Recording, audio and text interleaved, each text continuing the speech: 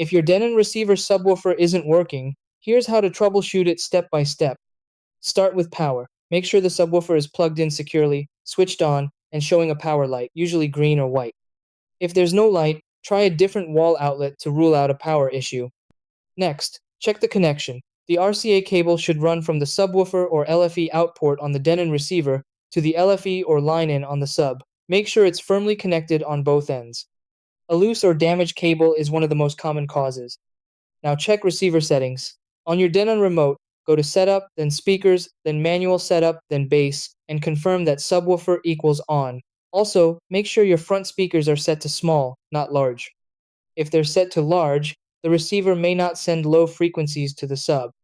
Run a test tone from Setup, then Speakers, then Test Tone.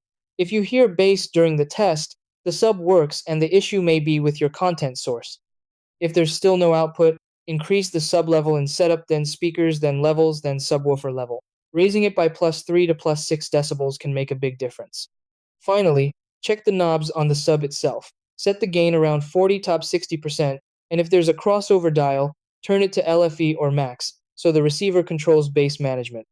If the sub still doesn't respond, try a different RCA cable. You can also test the sub by connecting it temporarily to a phone using a 3.5mm to RCA adapter. If it plays sound, the receiver output may be faulty,